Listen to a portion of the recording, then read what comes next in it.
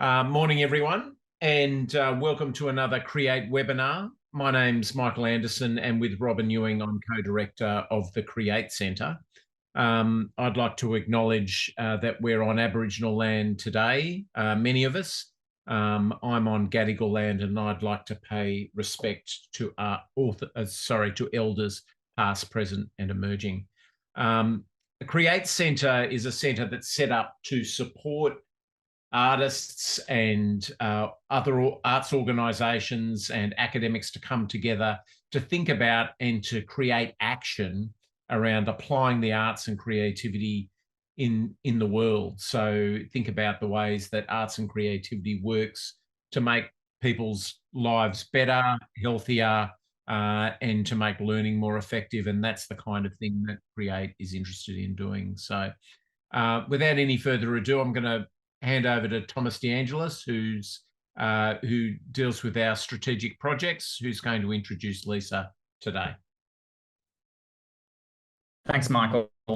I'd like to welcome Dr. Lisa Donovan, Distinguished Professor in the Fine and Performing Arts Department at the Massachusetts College of Liberal Arts, to today's Create Centre webinar.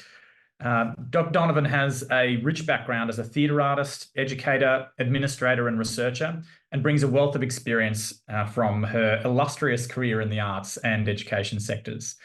Prior to her current role, Dr. Donovan served as the Director of the Creative Arts in the Learning Division at Lesley University, and her extensive experience spans several organisations, including Jacob's Pillow Dance Festival, the Berkshire Opera Company, Barrington Stage Company, and, of course, the University of Massachusetts Department of Theatre. She's also contributed her expertise to Boston University's Theatre, Visual Arts, and Tanglewood Institutes. Dr. Donovan has held the position of Executive Director at the Massachusetts Alliance for Arts Education and served as a co-principal investigator on a Ford Foundation-funded research project examining teachers' perspectives on arts integration. Her international teaching credentials include engagements in Japan and Israel, as well as widespread involvement across the United States. Lisa co-edited a groundbreaking book series on arts integration published by Shell Education, and this has made a significant contribution to the field with works like Integrating the Arts Across the Content Areas, Strategies to Integrate the Arts in Mathematics, and Strategies to Integrate the Arts in English language arts. And in this webinar, we're looking forward to hearing Dr. Donovan's insights and experiences, particularly around the integration of the arts into educational practices. So I'm looking forward to hearing this webinar today, and I hope you all really enjoy it. Welcome, Lisa.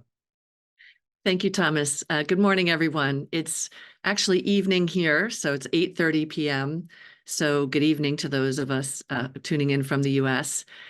First, I'd like to thank Michael and Anna and Robin and Thomas for this opportunity. I've been really excited to follow the deep work in arts integration that's unfolding in Australia in general, and in the Create Centre in particular, and really excited to share my thoughts and experiences with all of you. So I am zooming in from Western Massachusetts in the US, from the ancestral homeland of the Mackinac, who are the indigenous peoples of this land. I pay honor and respect to their ancestors, past and present, as I commit to building a more inclusive and equitable space for all. I've been following the work coming out of the Create Centre, and it's really inspiring. I've been impressed by the range of topics that have been covered and the expertise that's been shared through the webinar series, and I'm really honored to become part of that fabric. So I've organized my talk in 3 parts. In the first part, I'll talk a little bit about my background and how arts integration has led me on a very particular journey. I'll also share my lens on the question of how do we affect change in moving the arts to the center of education. In the second part, I'll talk about where the rubber hits the road for me, and that's exploring how we can value expertise of educators and the insights of our students, and how using the arts as a power strategy for assessment can bring us to a moment of change. I'll pause after part 2 because I probably have prepared too much. So I want to open a space for conversation. So I'll do a little checkpoint there. And if we're good to go, I'll move into part 3 which will be really focused on some regional work that I've been doing. We're in a rural region here. And I'll talk a little bit about how I've been able to use arts management skills to catalyze change. So as I move through, I would love to have your feedback and questions in the chat.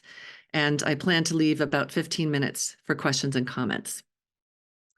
So before I begin, I would love to have you take a moment and think about a signature moment in teaching and learning for you.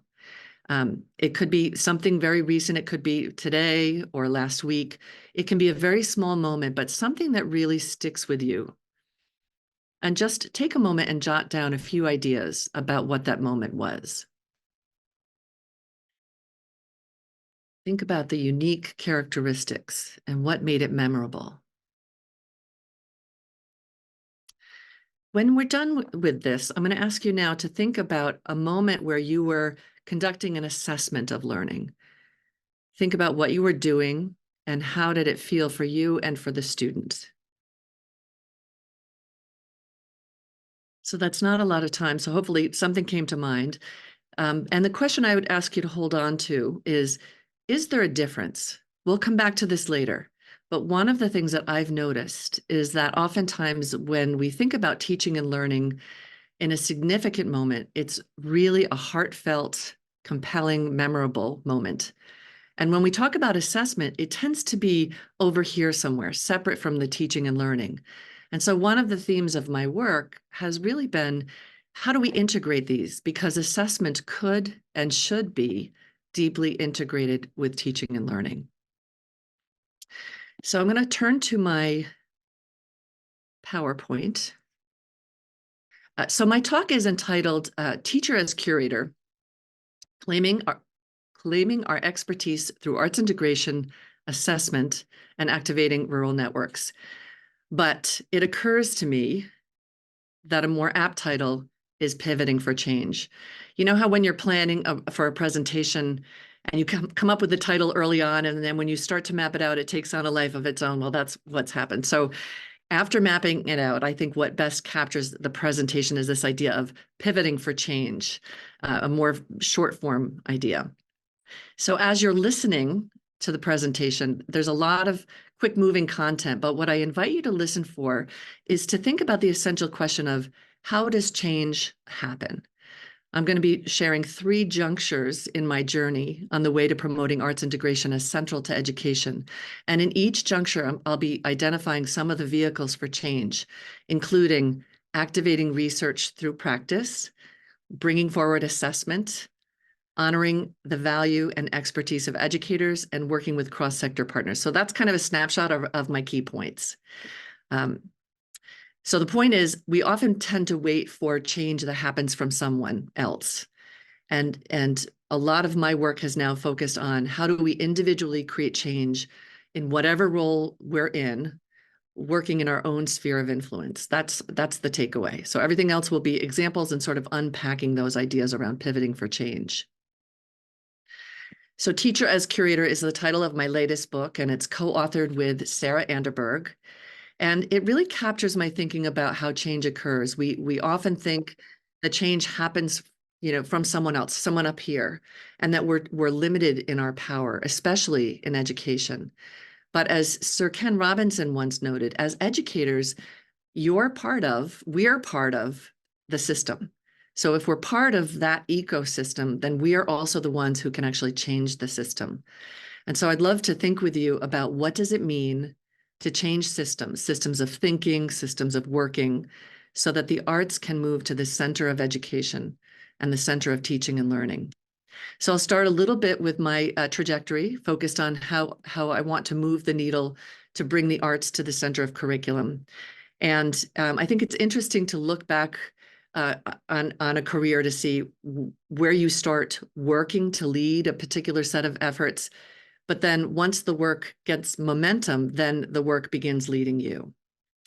So I want to bring you along some of the gaps I've encountered, interesting intersections that have emerged, and some of the realizations I've had about the significance of arts integration and insights about moving the needle for change. Okay, so that was my request for reflection.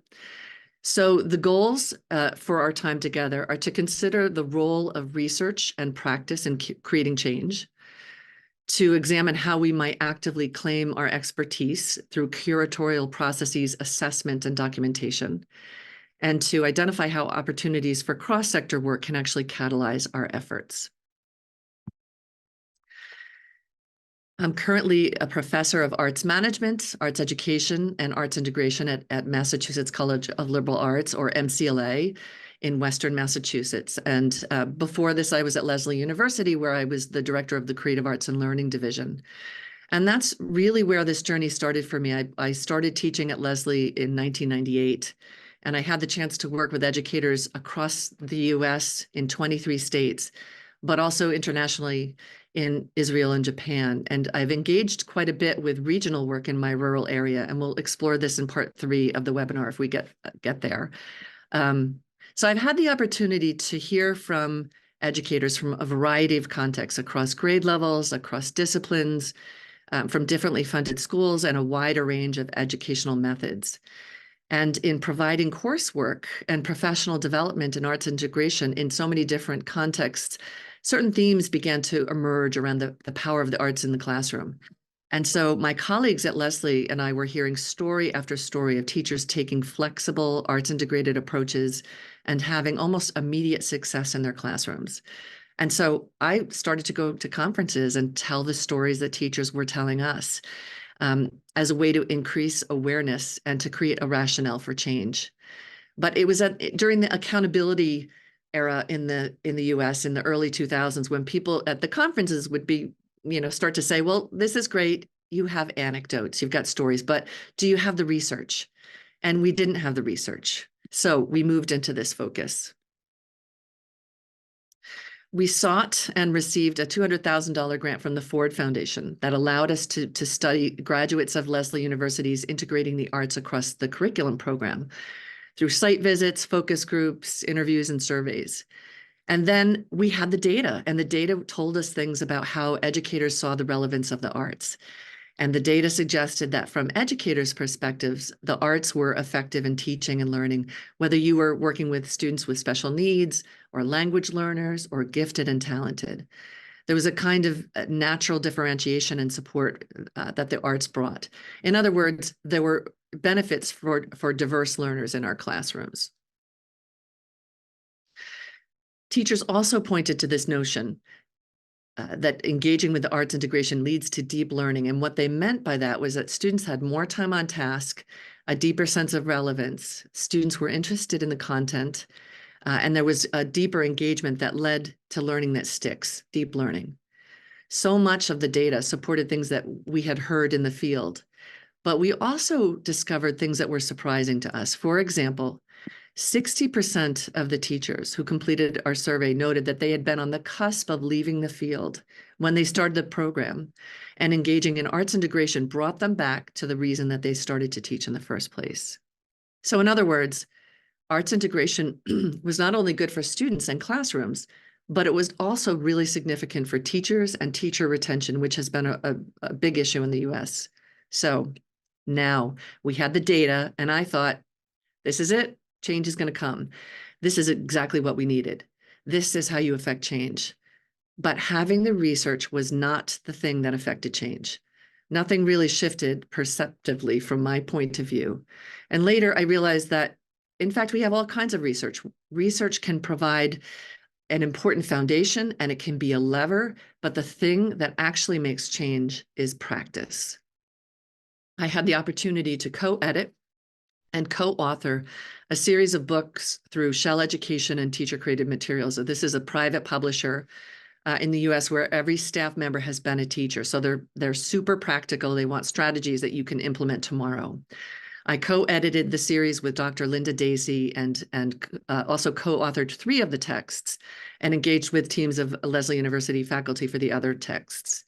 We took the strategies that were most favored by teachers in the field, and we featured them in the books. So there's a foundation book providing a snapshot of arts integration theory and practice, and 4 strategy books that mapped to content across areas, across grade levels, spanning pre-K to 12, providing ideas and resources and ways of launching this work in the classroom.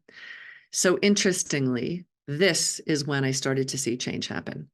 That when teachers began to apply strategies in their own classrooms and saw students responding, educators would start to collaborate with each other. And in the best scenarios, we saw arts integration seeded school-wide embracing of the arts. So clearly, it's practice on the ground that can affect change. And understanding this matters because we tend to think, again, that change happens up here. Someone needs to do this or someone needs to do that. But when you're making change in your sphere of influence, that's the thing that can create change. So now, these books are in the second edition, and in this edition, we put a lot of attention into culturally responsive resources and teaching, and also focused on social emotional learning connections. So we began to see the inklings of change, but then started to wonder, how do you get it so it sticks? How do you get it so it really is solidified? And what became clear is that, as with any instructional practice, in order to move forward, the work has to be tied to the evidence of learning. And so this notion of assessment as a critical piece was really important, and it pointed to a gap. There wasn't a lot of resources in arts integration assessment that we were finding. And that led to Teacher as Curator. My co-author, Sarah Anderberg, and I teamed up to write a book that would focus on assessment of arts integrated work. And the thing about assessment is that when you talk about assessment, this is often what you get. There's a lot of emotion around it. I often start assessment workshops by doing story circles where I'll ask participants to think of a moment of assessment, and these stories are fairly negative. And then I'll ask participants to tell a story about a significant moment of teaching and learning, as I did with you tonight. And these beautiful stories emerge that are often also about assessment, but described as powerful and poignant.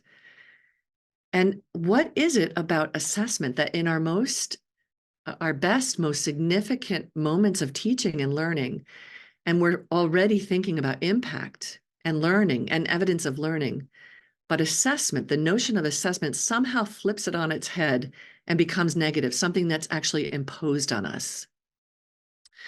So I want to share a short snippet of an interview theater piece that I created when I was a doctoral student. It was focused on views of assessment, and I interviewed just 4 people. I interviewed a superintendent, an arts educator, a curriculum director, and a general classroom teacher. And I took their verbatim quotes and I created a script. I did a presentation at New York University and was asked if the script could be presented at this assessment conference. And so Dr. Philip Taylor from NYU directed it. And in the rehearsal process, he pulled out a chant. He created this chant using words that came right from the script. And I share it because even in this very short interview of 4 people, the intensity of the emotion around assessment is quite striking. So imagine, if you will, actors marching up on the stage. And I'm going to do this 4 times. And I invite you to turn your mics off and you can do it with me, but just to get a sense of it in your body. And just imagine, what does this evoke for you? So here we go. Anal probes, lockstep, cookie cutter, MCAS, question, pressure points, imagination. Anal probes, lockstep, cookie cutter, MCAS, question, pressure points, imagination. Anal probes, lockstep, cookie cutter, MCAS, question, pressure points, imagination. Anal probes, lockstep, cookie cutter, MCAS, question, pressure points, imagination. You can feel it, right? And MCAS, if you haven't guessed, is our standardized test. So I'm going to read a couple of snippets from this, and if we were in the same space together and had more time, I would have you help me with the parts, but I'm just going to read it for speed. Oops. Okay. Yeah, so if you're a teacher who's grown up in that kind of a system, when someone says assessment, you start to shake because it's always something, it's been something that you had no control over and was used against you. Testing was something that was done to, I mean, I always thought of it as anal probes. You know, it was almost how a teacher handled it because that's how it was presented to them. I'm going to come in and test your kids, and then I'm going to tell you whether you're good enough. We have to shift the paradigm. Sarah and I realized in writing this book that we could not talk about assessment unless we addressed the emotion. So part 2. Years ago, I did a workshop in assessment for the higher order thinking schools in Connecticut. And I had about 20 participants. And I was like, oh, this is great. People really want to learn about assessment. Teachers, teaching artists, administrators. And when we went around the room and I asked why they had selected that workshop, most everyone in the space said they felt like they should be there. So they weren't choosing it because they wanted to be there. They felt like, well, I guess I have to really learn about this. So we have to shift the paradigm about how educators think about assessment by moving beyond the emotion and embracing assessment as if it was for us and for our learners and not for someone else. This idea that it's being imposed on us is really rampant. So it felt to us like we were asking educators to step out on a tight wire. But assessment can make spaces for understanding what the arts can bring. And the next section of the script, 2 more pieces, really illuminate that the arts bring forward things that might not be measured or documented in traditional types of assessment. You're supposed to make up some kind of a percentage increase each year. They gave my school a number that I had to meet last year, and I didn't meet it. I don't know how they came up with it, but it's a number. Like if I had 15 kids that failed in that school, then next year they'd want me to only have 12 that failed, even though it's different kids and different tests. So it's an unrealistic goal for them to ask me to meet. So I didn't meet the 12. So I got a little red mark on the, did this school do well? I got a little red mark. Even though my kids do great, they do great in things that aren't measured in MCAS, like theater, like music, like singing, like soccer. If MCAS could pick up the thrill of Elena when she wrote the song and heard it played back, if it could pick up the solos that 5 kids did last year and how they performed for an audience of 300, but the MCAS does not get into the area of the arts at all. So it's really only a half look at what education should be. And the danger is it's going to drive the other out. At the same time, it became clear that those of us deeply immersed in the arts also needed to think about assessment in ways that aligned with what schools need. So schools are not assessing what the arts bring, and those of us in the arts may not be assessing in ways that might matter to schools, putting us in a nice to have, but not necessary category.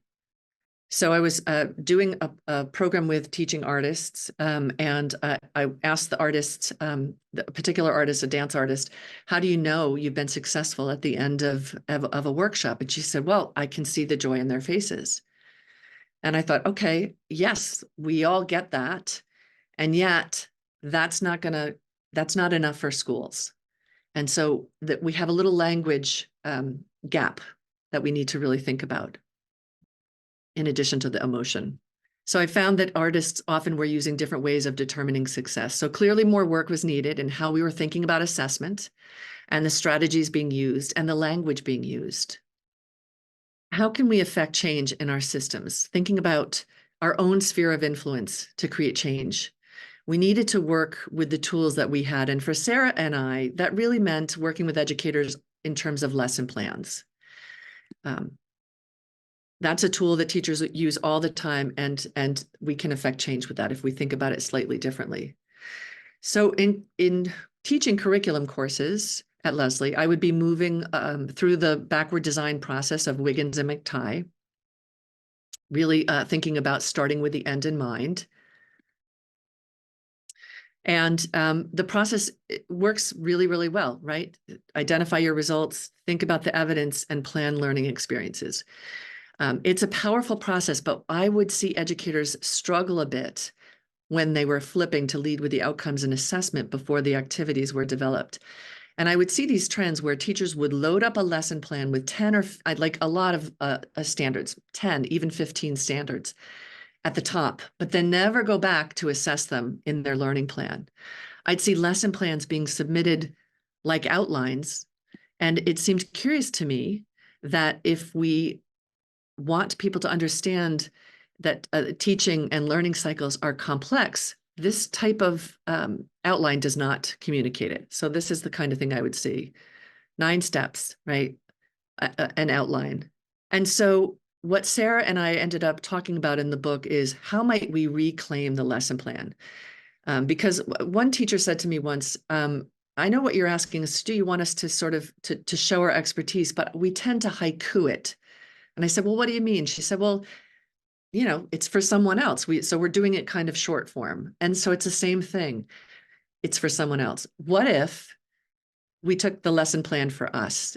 If it's for us and our students, and it's a way of documenting our expertise. So reclaiming the lesson plan and really taking time to not only identify your standards, maybe just do 2 standards, right? 1 arts, 1 non-arts. Take time to identify in your own fresh language the evidence that you'll collect and to translate it into what you're actually, what you will be looking for as an educator. And then to think about how you will collect those strategies. To create the paradigm shift, we invited educators to reclaim the plan and to think about it as documenting the process, to show their intentional choices all the way along the journey, how they were curating these choices, and to move them into identifying the standards, how they were thinking about them through an evidence lens. We invited educators to think like a curator, which meant that they were really thinking about their choices and owning their own intentionality, which meant that they were making their expertise visible. So we designed a very simple chart to get started that mirrors the backward design process. It invites teachers to chart their thinking in a way that shows the relationship between standards, evidence of learning, and collection strategies. I would have people just pick 1 arts and 1 non-arts and just go really deep. And we know that standards are either often in the States super broad or overwhelming with part A, B, C, D, E. And so the standard is the standard, but where it really comes to life is in column 2, because teachers are asked to unpack the evidence, thinking about the evidence that they would want, that they would look for. And what ends up happening is, you know, you'll say, well, how are you going to assess it? And a teacher would say to me, well, I'll observe. And okay, observing is the way you collect the evidence, but what are you observing for? Or they might say, well, we'll discuss it. Well, what are you discussing? The discussion is the container. Evidence is the specificity of how students demonstrate their learning. And it's also true for the art form, right? So creating a tableau may be evidence of theater learning, but how is the content being depicted? What knowledge is demonstrated? What artistic choices are made? And the fact is that the arts themselves can be a power strategy for collecting evidence and holding evidence. And so when teachers go really deep with identifying the evidence they'll look for, in the middle column, it starts to reveal their expertise in their own fresh language. So I have an example here. This is a chart in the book that sort of unpacks a little bit more. So, you know, what is the criteria that you would look for in collecting the evidence? What's able to be documented? And here's an example of an evidence chart. So you can see in the first ELA standard, it's very broad. Identify and analyze the construction and impact of an author's use of figurative language. And the evidence has a lot more detail. Students will be able to define figurative language as the color we use to amplify our writing, a way to engage your readers, ushering them through writing, a way that alludes to something without directly stating it. And the way that we'll collect that evidence is through the creation of a movement phrase, discussion, and performance of text. What's been interesting about this chart is that teachers often really struggle with that middle part because we're used to being like, I'll recognize it when I see it, and not as used to naming it in advance. And this has been a game changer for my own work.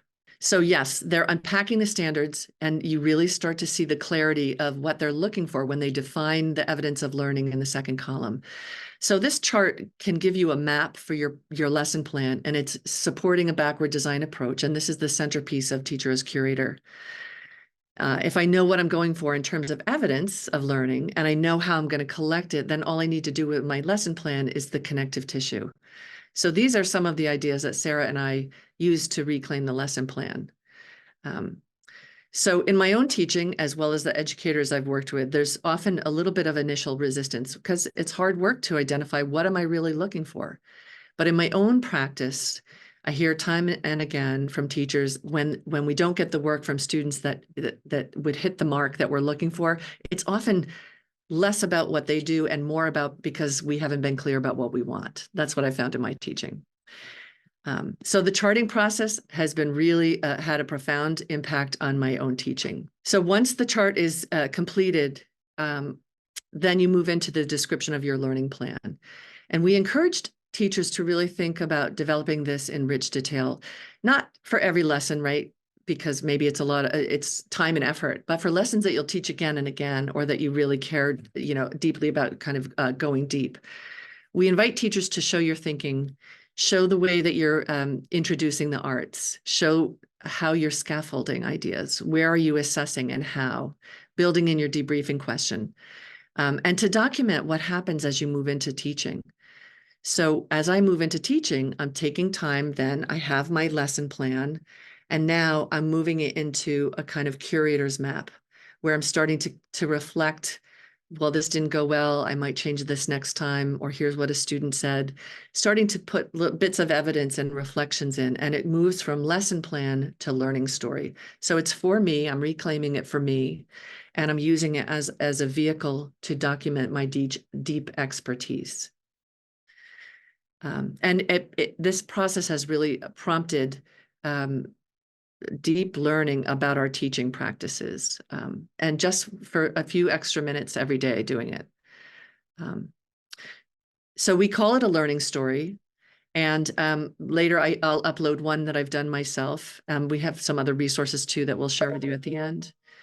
This has been really powerful work because not only is it focused on assessment, but we learned that we thought we were talking about assessment, but what came out of the process is that teachers began to claim their deep expertise. This becomes the next juncture of the work. So for an example, an 8th grade math teacher in Richmond, Virginia said to me, I know what you want. You want me to take what's up here and you want me to put it down here. And I said, yes, that's it. And he said, yeah, and that's really hard. And I said, that's right, it's true, but it's a practice that gets easier and easier. It's a new way of thinking about assessment from our perspective. And the work then evolved into the question, how do you claim your expertise? So imagine, what if we reclaimed our lesson planning? So it's for us, not for someone else.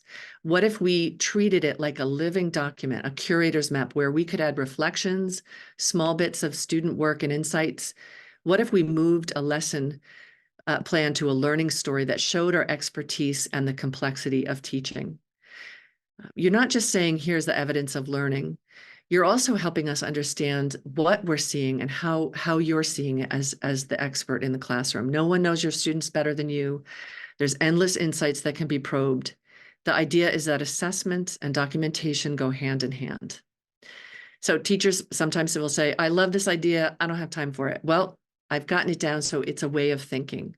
So if you do the hard work of learning how to use the process once or twice, really anchoring your choices and planning outcomes that you're seeking, and you're bringing this curatorial lens to planning and assessment strategies you'll use.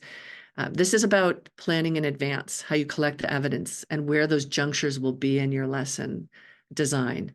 You'll plan your debriefing questions and where you'll draw out evidence of learning. Everything gets tighter because it's always going right back to the standards and how you define the evidence that you're looking for. It snaps everything into focus. So then when you move into teaching and you have insights because you know the millions of decisions and pivots you make in a day, and if you just jot down insights along the way to map that journey, you end up with these amazing learning stories. I've seen teachers use this as part of their teacher evaluation materials, as opportunities to present at conferences and lead trainings. So just a little snapshot again about a learning story. So at the end of your teaching and you're working on this plan or unit, that you're thinking about it like you're telling a story. And it's also providing opportunities for you to reflect. You can bring your students into that process. It's a checkpoints for yourself. What do I want to improve? What do I want to keep?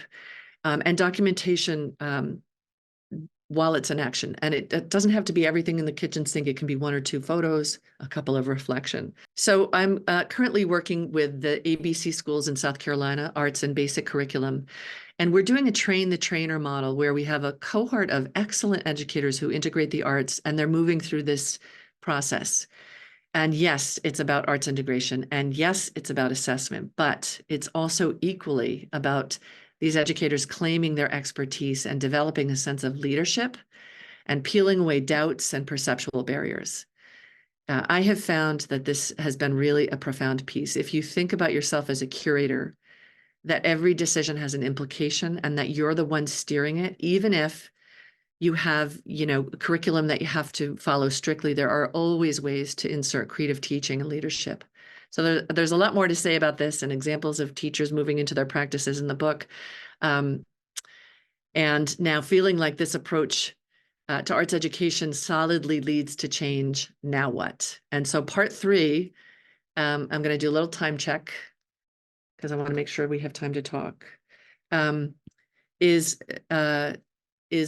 sort of the next steps and where coming to MCLA and finding myself teaching arts management made me realize that I can really think about systems change. But let me pause here. I haven't looked in the chat. I don't know if there's anything buzzing around, or are there any questions or comments? So part 3 is really thinking about cross-sector work. So in 2013, I moved to MCLA. This is MCLA, and I find myself teaching arts management.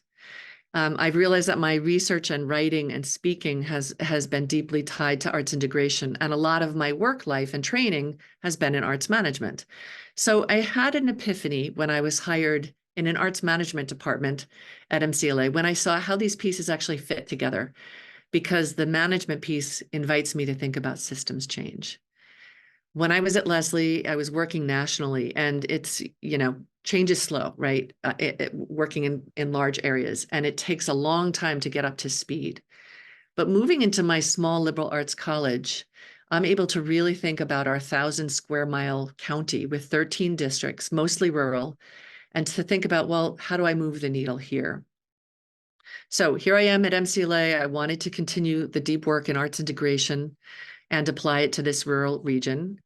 And I got a grant from the National Endowment for the Arts to advance equitable access to arts education in rural regions. Working with my colleague, Marin Brown, we conducted research interviewing 14 leaders of rural arts education around the country. The resulting report, called Leveraging Change, this is one of the resources you'll get later, increasing access to arts education in rural areas, outlined both challenges and opportunities. The findings suggested that rural regions tend to share the same challenges: poverty, geographic spread. Let me go to that one.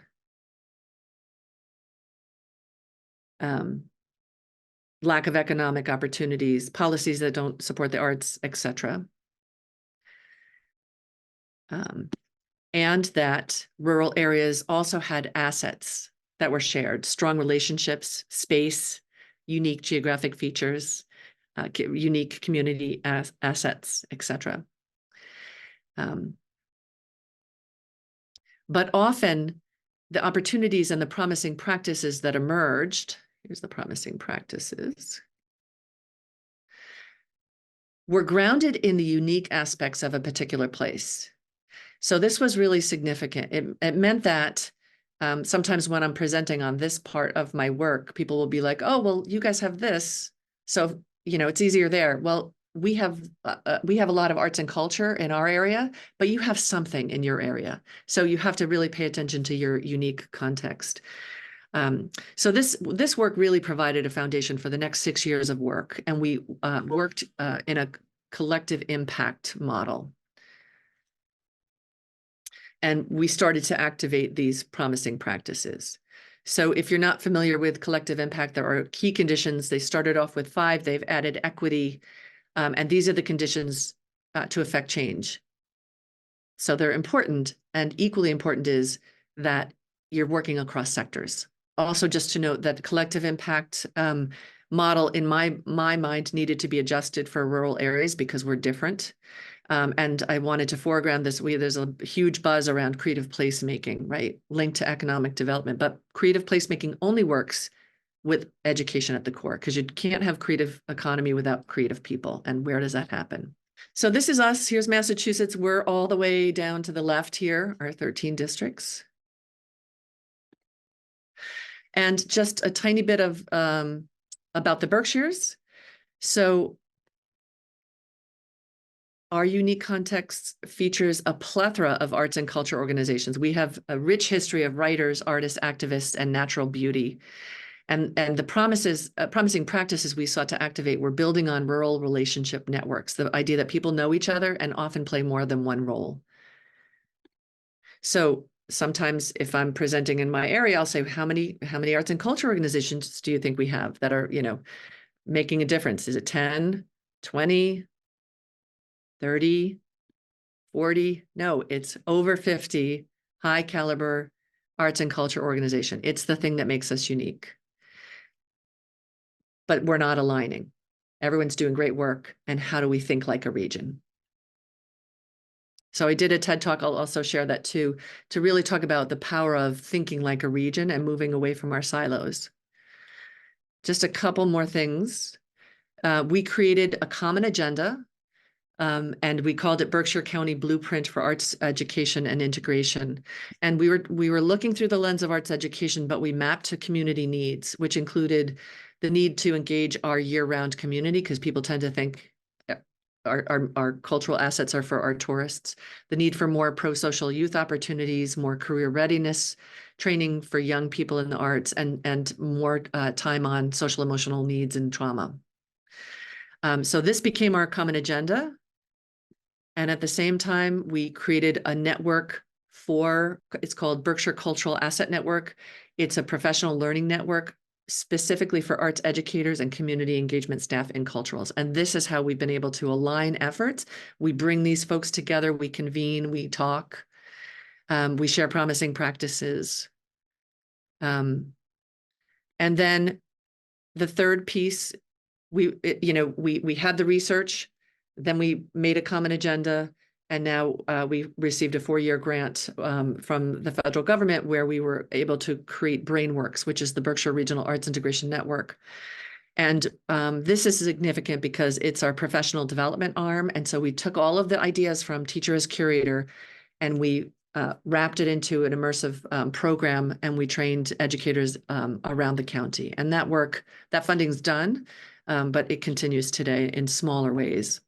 So we centered the ideas of Teacher as Curator and made it part of the process. And we started to do our own research.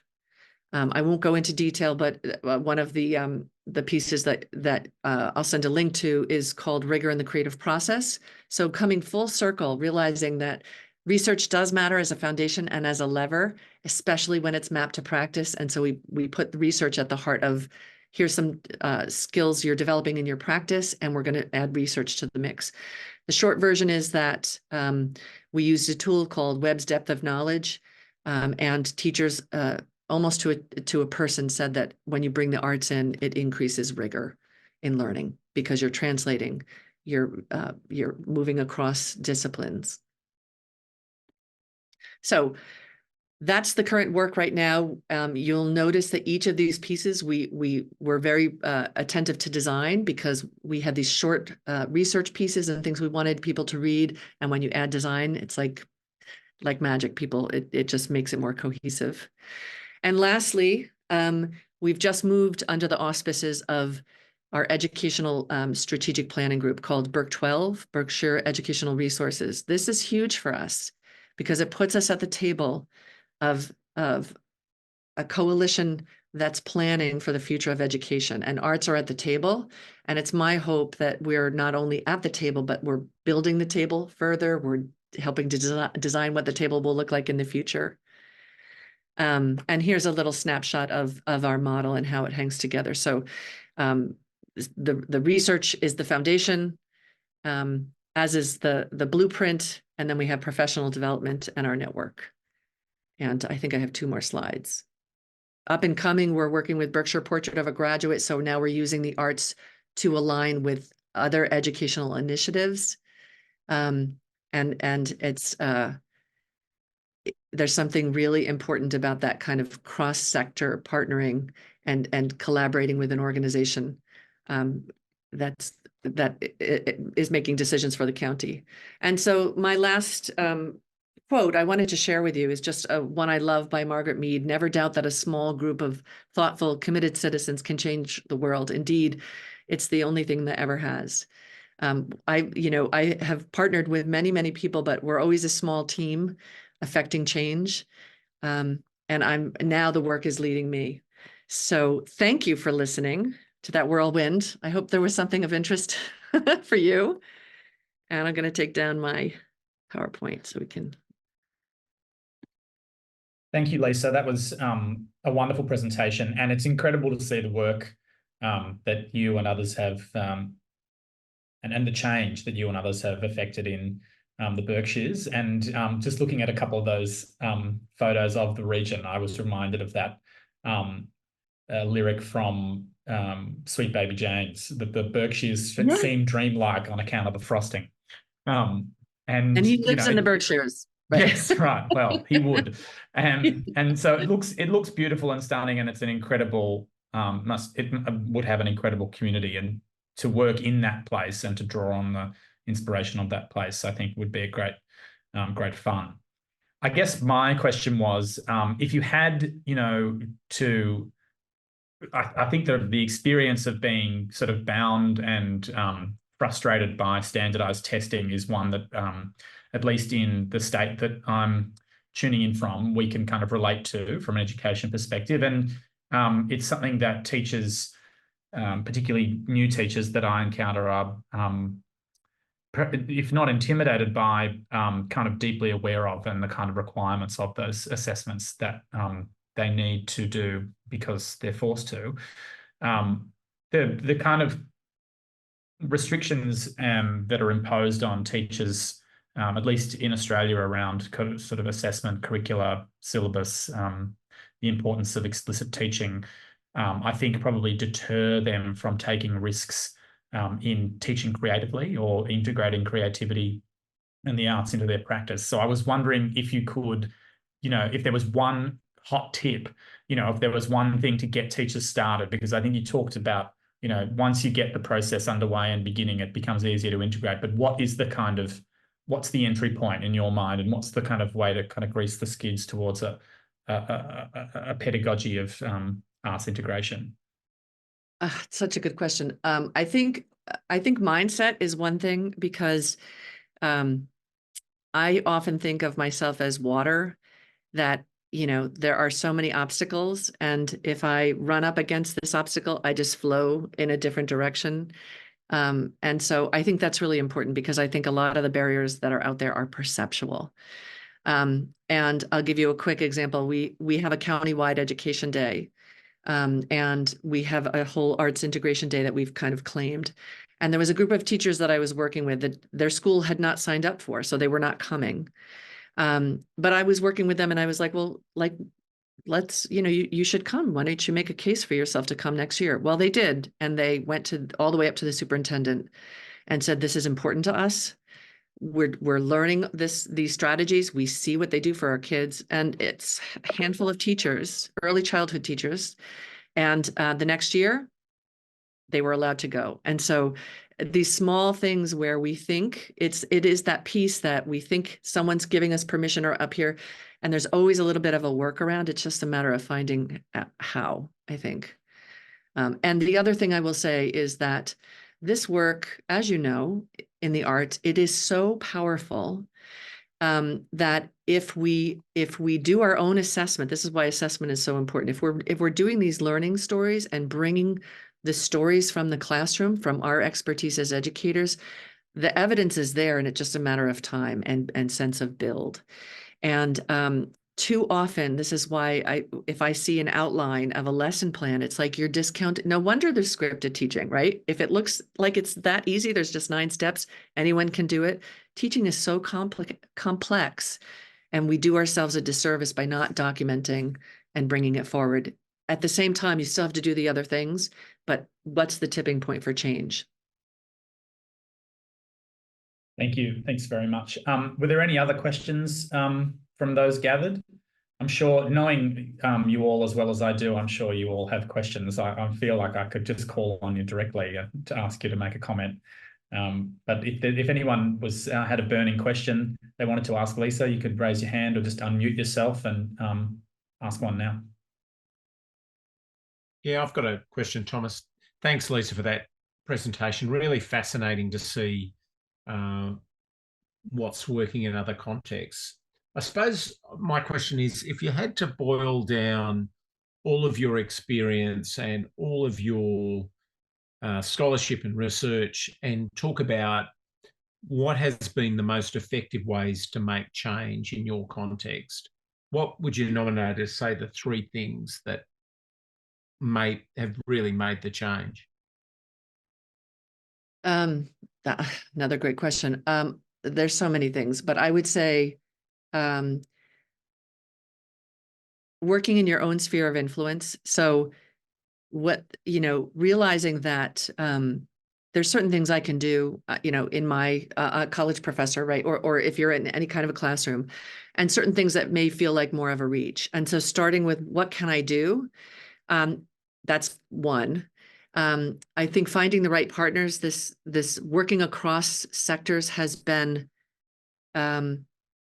it's been a game changer for me. And I'll give a quick example. When we did leveraging change, I had made a call to, we did a design thinking forum, and it was just 25 people. We were on the way to sort of think about what next for this work.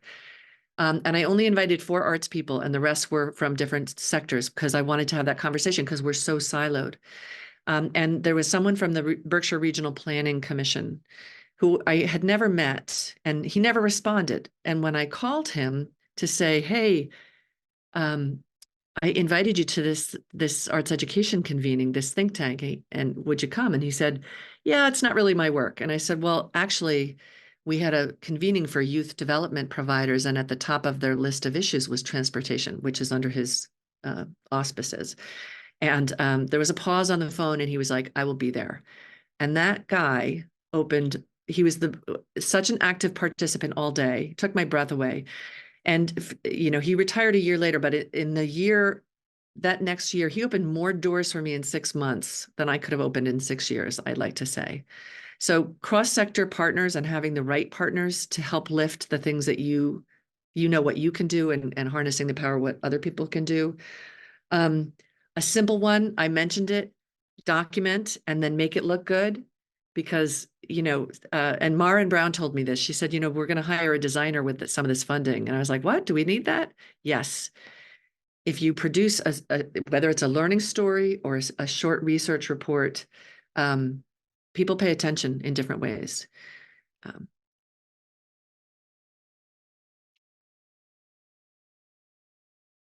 There's another one too. I think in the collective frame, which is very powerful. I don't know if you're following that. One of the conditions is continuous communication, and another is mutually reinforcing activities. And so, we have a huge geographic spread here, and with all those 50 plus cultural organizations, the only way to stay connected is to have some vehicle where we're communicating out. And so we have a weekly newsletter, and that continuous communication keeps people aligned, keeps us pointing to the common agenda. So I think that's really important. And then really having that common agenda, and where everyone can kind of say, okay, here are the 5 things that we need to move the needle on. And here's how I do that with my programming. Here's how I do that with my research. Here's how I do it with, so that alignment piece has been really important too. But the other thing I will say is taking time yourself to understand where the gaps are and the intersections of your work. And it's not like I know what I'm doing. I may sound like it, but each juncture I was like, I never wrote a book. I don't know how to start. But looking at the patterns and moving into the gaps, it's like a little invitation. And then the next piece appears, or the next potential intersection appears. So that trusting the process, but paying attention. And I guess I will just say, I feel like it's sort of, all these ideas are kind of what lured me to reach out to you, Michael, about the Create Center, because I feel like what you have created has all of those parts and pieces. It's amazing. You're doing all those things, you know? No, thanks so much. And it's really great to hear the distillation of that experience, because I think that would align with much of what we think we're trying to do as well. But it's really useful to hear that. Thank you for that. Like you're going to say something. It's really a comment, Thomas. I think, Lisa, your words around being the change are really important, because we can't wait for anyone else to do it. We have to do what we believe in, and we have to do it now. And I think it applies to so many things, as well, of course, as education and the arts. But thank you for that. I think that's really encouraging for all of us, and I'm going to take that with me. Thank you. Lisa, can I? Sorry, I've kept it blank all the time on my face, because I've been listening so hard. I'm an early childhood educator, but located in a situation where I can construct. We do use collective impact in early childhood, especially especially in trying to create changes. And I was writing down madly all the things that you're saying. There was just one point that I just keep coming back to, because I'm also working with pre-service teachers, and the coming to understand the knowledge that we have, and coming to understand what is the content and the essence of arts. That takes time for people to feel like they have that. You know, we sometimes don't even have the courage to put up cheat sheets on the wall where we can identify, you know, the elements. Oh, I can't remember what that is, but there it is on the wall. You know, it's the building of that too, to build the change. I just feel like sometimes, but look, thank you. I wrote madly as you were, and thanks for point number 6, equity. Yes. The collective impact models. Wonderful. Definitely. Thank you. And that's a great comment. I think I often encounter conversations from teachers where if you're a general classroom teacher learning to integrate the arts, people will often say, I don't feel comfortable assessing the arts. I don't have the skills. But in the evidence chart, if you're working with a standard, and it's very clear, the thing that if you can articulate what you're looking for, then you can assess the arts. And so there's a muscle, there's like awakening seems too strong of a word, but a realization that how standards actually are so helpful. But it's really where that translation piece, where you're saying, well, what is it that I really am looking for? Am I, you know, and there's some really wonderful examples in the book. I had, you know, would be happy to share more, just teachers that kind of going through the process and what they learned about their teaching, and then go back to the evidence chart and kind of adjust it on the way to the learning story each time. I guess if I can just jump in and ask a quick question, if we've got some time. So in my space of work, so I work within the New South Wales Department of Education, and within I'm a creative arts, one of the creative arts advisors for K to 6. And I feel at the moment there's this real tension between creativity and explicit teaching. And so within my the team's work is to develop support packages for teachers to be able to use. And I guess my question is, what are your thoughts around that explicit teaching or creativity? And then I go back to also, so that's a question, and then another comment. you called out working across sectors as a way to influence change. And I know that you mean, I understand what you mean, but I'm also wondering if that could be, you know, looking at how we can potentially align explicit teaching with creativity to get greater buy-in for, you know, arts education in primary classroom, or if you think that's, it's more, yeah, trying to force something together that perhaps shouldn't. Keen to hear your thoughts. Another really good question. When I was working in Virginia with partners in the arts through the University of Richmond, and teachers were being trained in arts integration, all of these things, right? A lot of the book came out of this kind of work. And there came a point where they wanted to talk with their curriculum director for the Richmond district, because there was so much scripted teaching. Is that what you mean when you say explicit teaching, kind of pacing and all of that stuff? And teachers were saying, this is like, I can't do it because of these things. But the curriculum director basically said, look, these supports are here to help teachers who don't know, who need that extra support teaching. But if you're bringing your creativity in, there's meant to be space to hold that too. And teachers almost needed the permission to see it and to kind of make it their own, if that makes sense. So often, again, perceptual barrier, do I have my administrator's permission to adjust and adapt and leave space for creativity? Because, you know, we're seeing such amazing creative work from teachers, and how to have that space. So there has to be, you know, I will often go into a district and say, give me what you have to teach, and I'll bring the arts in. So if it's a story or curriculum, there's always a place to bring it in. And then it's like water, it can kind of expand out. So I don't know if that is helpful or not. And the second piece around the cross-sector work, if I think I know what you mean, in June, I'll be going back to partners in the arts, and we'll be working with teachers and community partners and school administrators. And I think that's where that doesn't happen enough.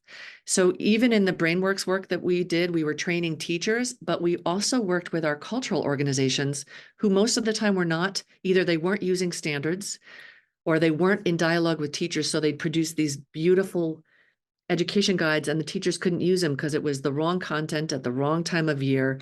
So how do we open this cross-sector work? Is opening channels of communication so that we can problem solve together. And it's true for whether it's scripted teaching or pacing guides and that kind of stuff. If we're in dialogue with each other, there's a solution. It's just that we tend to be in silos. And then there's a perceptual barrier that I can't do anything, you know? Yeah, great. Thank you. Great questions and points. Oh my goodness. Well, I think that might be a good time to close the webinar. Thank you again, Lisa. It's lovely to hear about the wonderful work you're doing, and I hope one day to be able to see it in person. I don't need an excuse to head to Massachusetts, but an invitation would be welcome. So just let me know. Wonderful. And it's been lovely to chat to you and hear about the wonderful work you're doing, and have a great night. And thanks everybody for tuning in. Thanks everybody. I really enjoyed the time with you, and especially your comments and questions. We'll share the links with you after the fact. I'll share an example learning story or two. I'll also include my email. So if you have any other questions, I'd love to be in dialogue. Thank you.